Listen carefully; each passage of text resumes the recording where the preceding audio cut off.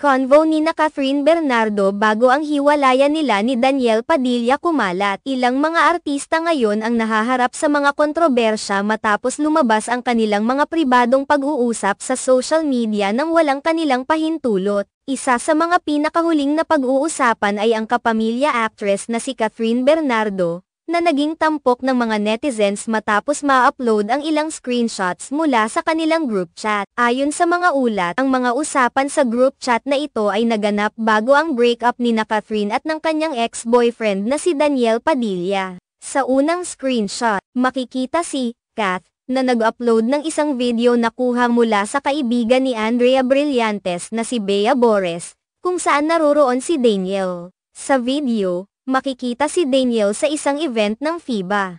At sa caption na isinulat ni Kath, makikita ang kanyang pagkabigla sa hindi pag-reply ni Daniel sa buong araw na iyon. Kita naman pala dik maka-reply whole day nung FIBA. Aniya. Samantala, ang pangalawang screenshot ay nagpapakita ng isang pahayag mula kay Kath kung saan tinawag niya ang isang babae bilang Snake's best friend. Kasunod nito, ipinahayag din ni Kath sa usapan na siya ay single na. Makikita rin sa screenshot na nagpapakita siya ng saloobin tungkol sa kanyang kasalukuyang estado. Ang mga screenshot na ito ay agad na naging usap-usapan sa social media, at nagdulot ng mga reaksyon mula sa mga netizens. Maraming nagtataka kung bakit na-upload ang mga pribadong pag-uusap na ito at inaalala nila ang mga posibleng epekto nito sa mga sangkot na tao. Isa sa mga netizens ang nagsabi, sino namang ahas din ang nagpicture ng private convo ni Kath and friends niya. Daam, may ahas sa barkada.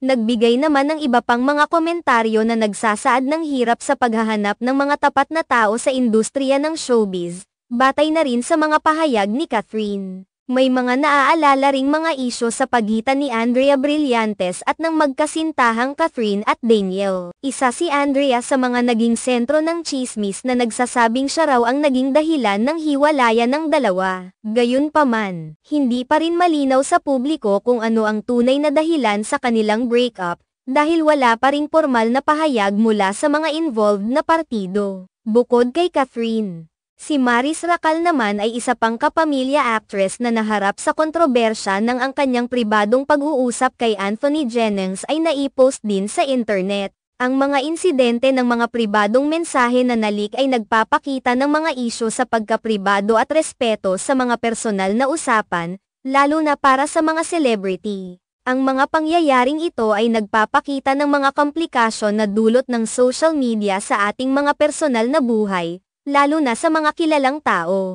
Sa isang banda, ang mga artistang tulad ni Catherine at Maris ay patuloy na hinaharap ang mga hamon ng pagiging isang public figure, kaya't mas nagiging importante ang pagprotekta sa kanilang privacy at mga personal na bagay.